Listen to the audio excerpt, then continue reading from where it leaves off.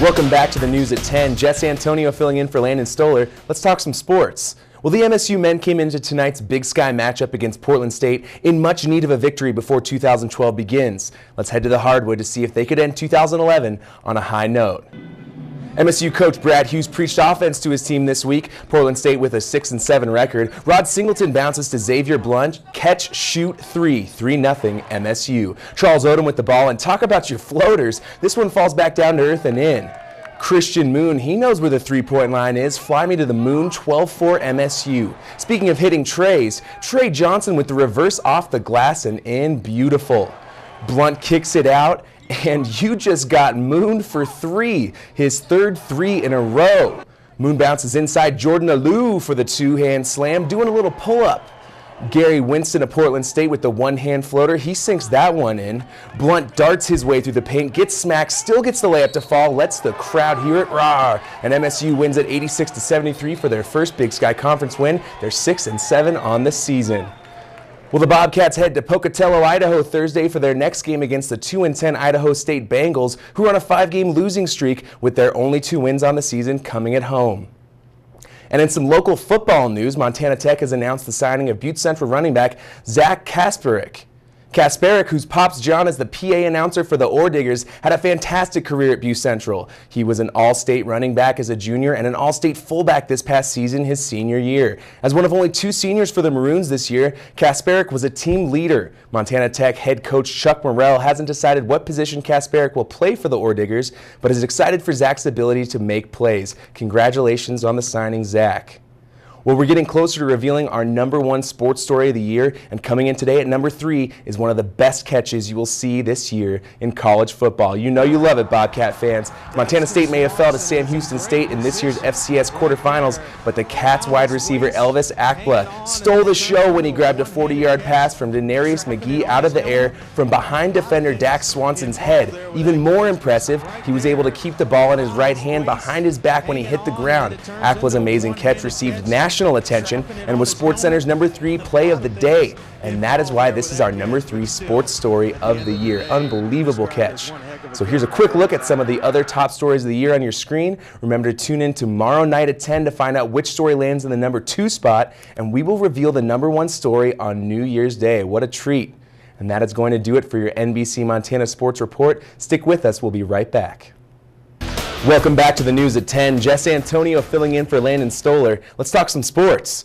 Well, the MSU football team was scheduled to go head-to-head with one another in a scrimmage for Friday, but thanks to April snow showers, it was moved up to today. The Gray Skies weren't going to stop the Big Sky champion Cats from hitting the field this afternoon. The team was separated. Blue on offense, white on D. Snaps were split pretty evenly between starter Denarius McGee and redshirt freshman Jake Bleskin. With new offensive coordinator Kevin McGivern calling the plays, the offense was very fast-paced, which should keep defenses on their toes when they line up against the Cats. It hasn't even been 2 weeks since MSU started full contact practices, but the team was hitting hard, and it looks like the Bobcats will be ready when the season starts September 1st at Bobcat Stadium. Well, MSU wasn't the only football squad in the state to get some scrimmage in. Let's check out the runners-up in the NAIA Championship, the Carroll College Fighting Saints, who still have 5 practices and a scrimmage remaining in spring football. The Saints held their first scrimmage last weekend as head coach Mike Van Diest and his staff looked to fill some vacant roster spots and get the depth chart ready for the fall. One of the bright spots thus far has been the play of new starting quarterback Dakota Stonehouse. Well, Dakota can give us that third threat and run the football. You know, he can run the true option in the read scheme, and that's going to be a real threat for people. And we just love his attitude. He's a great leader, maybe the most gifted athlete we've recruited here. So we're excited about the future for him. The Saints wrap up spring football with their final scrimmage on Saturday, April 14th at 1:30 p.m. at Nelson Stadium. Well, the MSU track and field team kicked off day 1 of the 3-day Montana State Open this afternoon, which will bring in the Montana, Carroll, and MSU Billings track teams on Saturday. Though it snowed this morning, the track was clear in time to start the women's heptathlon and men's decathlon events. The women ran the 100-meter hurdles, the 200 meters, and tossed the shot put and flew over the bar in the high jump. The men ran the 100, 400 as well as threw the shot put, did the high jump, and hopped into the sand for the long jump. MSU head track coach Dale Kennedy said the next few days are extremely important for those heptathlon and decathlon athletes as they only have a few chances to qualify for the conference championships. Doing the decathlon and heptathlon is really unique in that the guys have 10 different events and the women 7, and you do an event, you got a half hour before the next event starts, and you have to shift your focus and you have to stay up. Irregardless of whether you have a real good event or you had a real bad event, you got to let go of whatever happened in the event before and move on to the next event. It's like 10 different sports for the boys and 7 for the girls. And let's highlight the schedule of events over the weekend so you can get out to the track and support your Bobcats. Tomorrow kicks off at 3 p.m. with the second day of the heptathlon, the 3 final events of the 7-event competition. The second part of the decathlon, for those who need 10 events instead of 7, starts at 3:30. Saturday will showcase all the field events as well as plenty of races. It all starts at 11 a.m. with the women's hammer throw. So just like a track athlete, lace up your shoes and sprint there to catch the Cats in action. And a quick score update, the Belgrade Lady Panthers beat Butte High School 9-1 in their opening game of the softball season. That is going to do it for your NBC Montana Sports Report. Stick around, we'll be right back. Everett Cope is a baseball fanatic. His friends call him Ev. That list of people includes all-time greats Ted Williams, Mickey Mantle, Bob Feller, and Harmon Killebrew.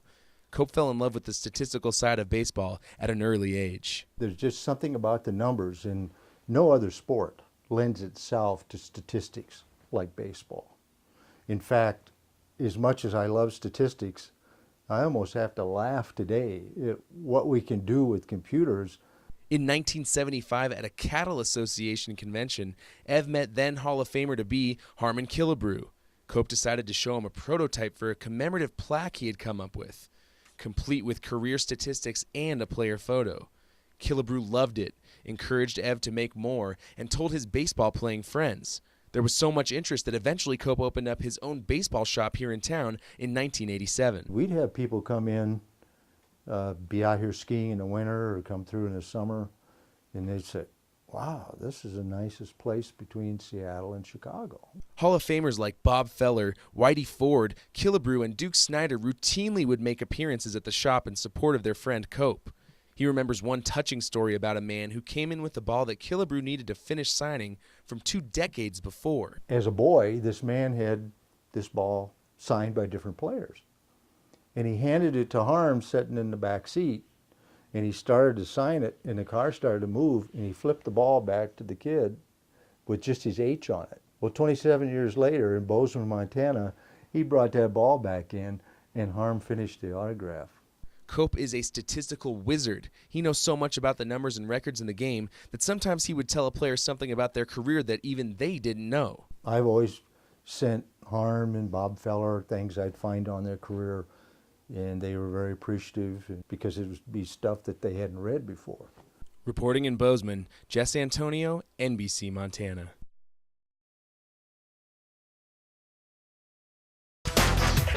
Good evening and welcome back to the news at 6. Jess Antonio filling in for Landon Stoller. Let's talk some sports. Well, Big Sky Conference play is upon us, folks, and that means the Bobcat Ballers are getting ready to start a new chapter for this season. The men's basketball team is looking at a 5-6 record currently on a 3-game losing streak. In their last 3, they're averaging just 52 points per game, while their opponents are putting up 75 on average. After blowout losses at Pepperdine and New Mexico, the Cats are ready to start anew.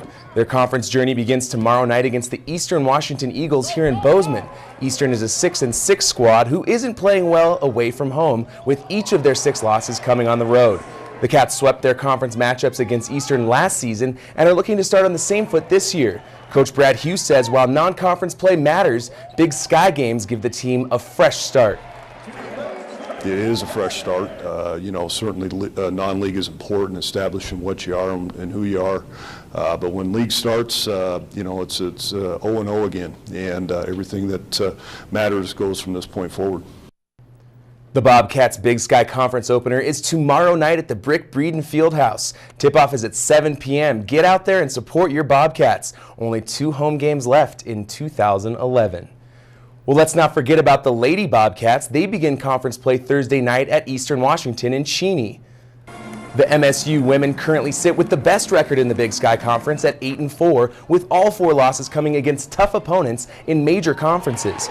Oregon State, Wisconsin, Illinois, and Georgia are no slouches, folks. Now, Tricia Binford's squad faces a 6-7 Eagles team who hasn't lost a game at home yet this season, but MSU won 2 of 3 last year against Eastern, including in Cheney. The Lady Bobcats head to Eastern Washington to open conference play on Thursday night. Tip-off is at 7:05 p.m. This should be an exciting one. Well, in just a few days, we'll enter a new year. But before that happens, we continue to count down the top sports stories of 2011. And coming in at number 6 tonight is the Polson Pirates softball team and their back-to-back titles. On May 29th, longtime coach Larry Smith and his Lady Pirates beat perennial rival Frenchtown 7-1 to take home another Class A softball title. With the win, the Pirates capped off their 2nd straight title-winning season and 6th overall in the last 10 years. The last time Polson won back-to-back titles was back in 2001 and 2002. This puts the Polson Pirates amongst the elite softball programs in the state, and that is why they're our number 6 story of the year. So here's a quick look at the top stories, number 10 through number 6 on your screen. Make sure to check in tomorrow night to see who lands in the number 5 spot. And don't forget, we'll reveal the number 1 story of 2011 on New Year's Day. And that is going to do it for your NBC Montana Sports Report. Stick with us. We'll be right back.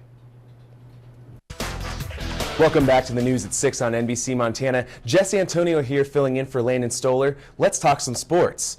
Well, we've had time to let Montana State's loss to the Utah Utes sink in, and while it would have been a legendary upset to pick up the win, there are still plenty of positives to look at, Bobcat fans. Utah is a team that has lost just 6 games in the last 3 years. Last season, they beat teams by an average of over 25 points. While Utah seemed unstoppable scoring on its first 4 possessions of the game, the Cats came on strong for the rest of the matchup, outgaining the Utes by over 60 yards after that point. MSU ended up as the less penalized team, showing discipline. They were more efficient on 3rd down and threw for 80 more yards. Denarius McGee's 2 interceptions were costly as Utah didn't turn the ball over. But next week is a clean slate for the Bobcats, with the home opener at the newly renovated and revamped Bobcat Stadium opening its doors next Saturday, September 10th. The Cats take on the UC Davis Aggies, who just came off a 48-14 loss to Arizona State. Kickoff is at 1:05 p.m. Well, how about we talk some football, high school football now? The Butte Bulldogs coming off their heartbreaking loss to CM Russell last week. Tonight they take on the Skyview Falcons out of Billings. Billings coach Ron Lesbach's team lost last week to the Glacier Wolfpack 21-10. The Bulldogs take on the Falcons tonight at 7 p.m. in Butte. Bulldogs coach Ari Gray says every game is a learning experience for his team, and they don't need a huge overhaul to win games. Just fix the little things. That's the nice thing is it's not, the big things that you have to worry about. It's just the little things we need to get better at and improve, and understand that each game we're going to have something that's going to come up that we need to improve on and work on. But obviously, we can take from game 1 to game 2, a lot of the things we learned and get better. And it wouldn't be a Friday night without some Bozeman Hawks football. The defending state champs had the tough 2-point loss against the Sentinel Spartans in their home opener last week. But tonight they play right here in Bozeman, taking on Great Falls at 7 p.m. While the Hawks are chomping at the bit to play in front of their home crowd, they realize after racking up 111 yards from penalties last week, they have to fix the mental mistakes if they want to pick up the win. Definitely in front of our home crowd, got to please them. We got a lot of fans coming back, I'm sure, and just excited for the first home game. Mistakes, when it came down to it, we talked about it last week too, and if you make a bunch of mistakes, you're not going to win any game, especially these early ones in the year. Again, trying to really focus on, making ourselves better. And in Class A games tonight, plenty to go and see, so get out and support your favorite teams. Starting at 7, Dillon will be taking on Park at Park. Billings Central is playing Anaconda. At 7:30, we've got Polson going head-to-head with Belgrade. And tomorrow afternoon at 2 p.m., Havre heads to Butte Central. And that is your sports wrap-up of all things football here in Montana. Stick around, we'll be right back.